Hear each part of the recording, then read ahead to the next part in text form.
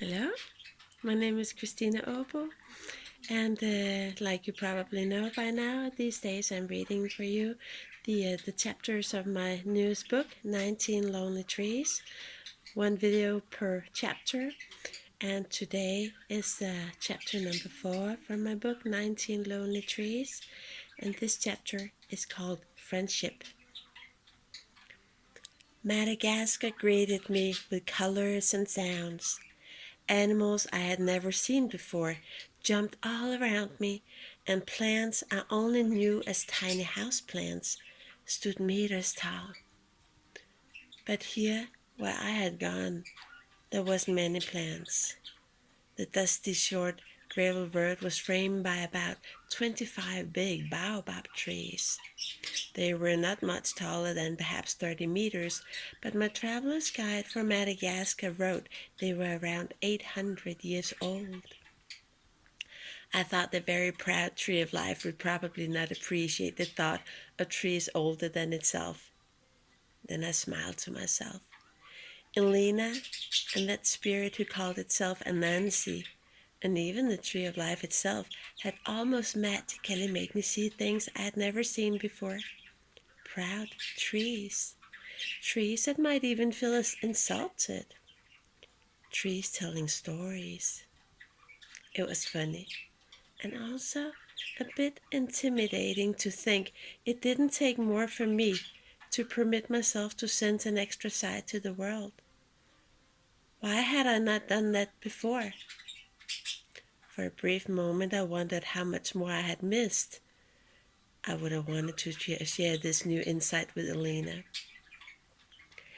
The experiences I had had so far had already all been very strange, only in a way the Anansi spirit was probably even stranger than a tree telling stories, I thought. Something tickled on my leg, and I saw a rather huge spider crawling there.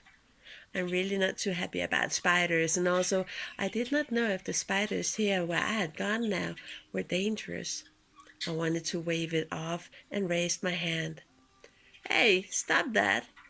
A firm voice sounded, and frightened I froze, because the voice had come from the spider.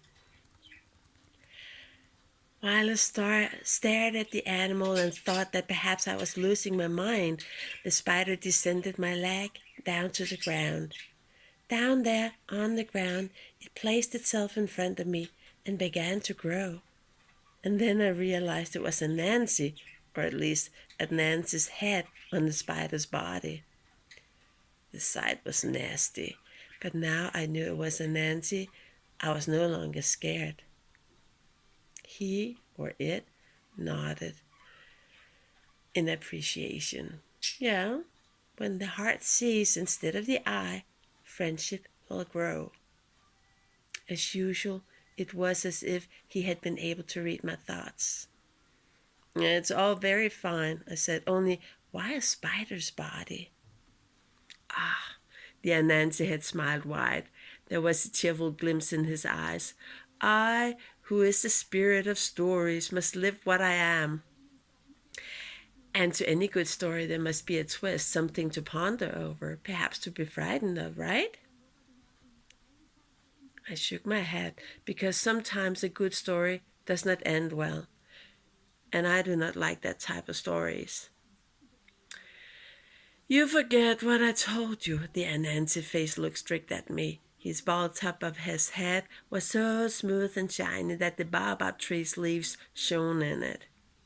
You forget there are no such things as endings. I had not forgotten his words, only I simply did not believe in them. It was because of a terrible ending I was now on this mission, traveling around to lonely trees. Elena's ending. You just wait and see, Anansi said. He looked around. This does not look like lonely trees. No, I shook my head. Not yet, anyway.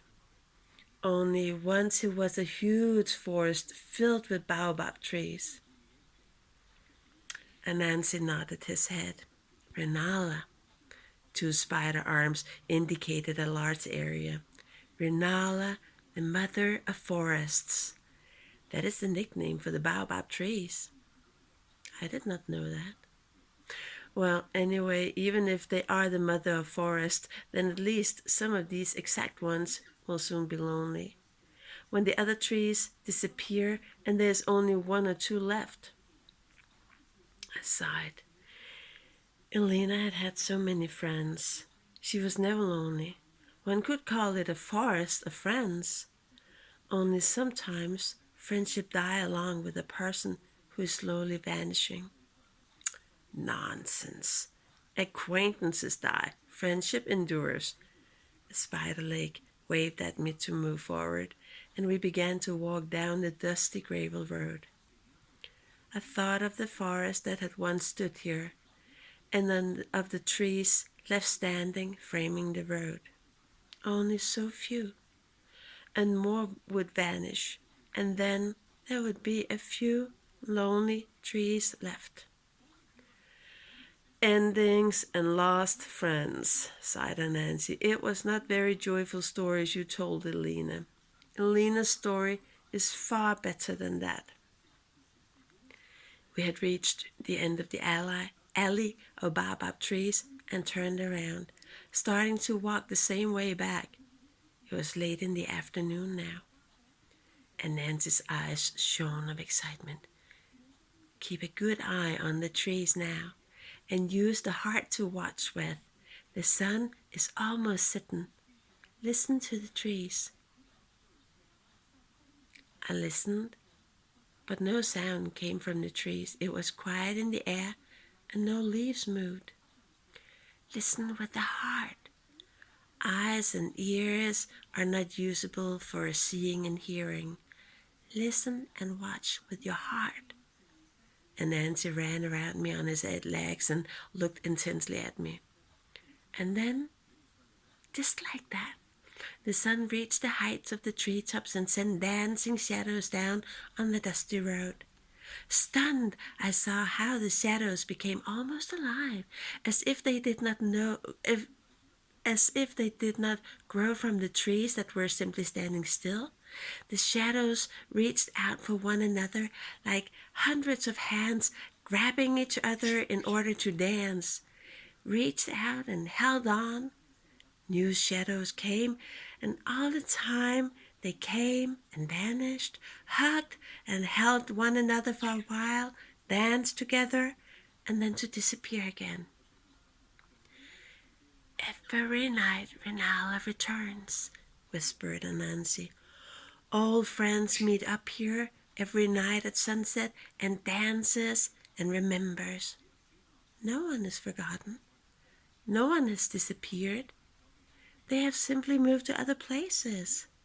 A friend does not have to be around all the time to be a true friend. As long as the friend is in the heart, as long as the friend is remembered and perhaps missed, then the friend will always be present. Slowly, I nodded. Remembered how Olena's friends had flocked around her in the beginning. She had been put in the huge wide bed. Only as time passed, it would take longer for them to return. Then suddenly, one day, one or more could turn up, sit on the bed with her for some hours and talk and laugh, and then disappear again. My heart wept when she lay in the huge white bed alone, but Elena always smiled and spoke of them often.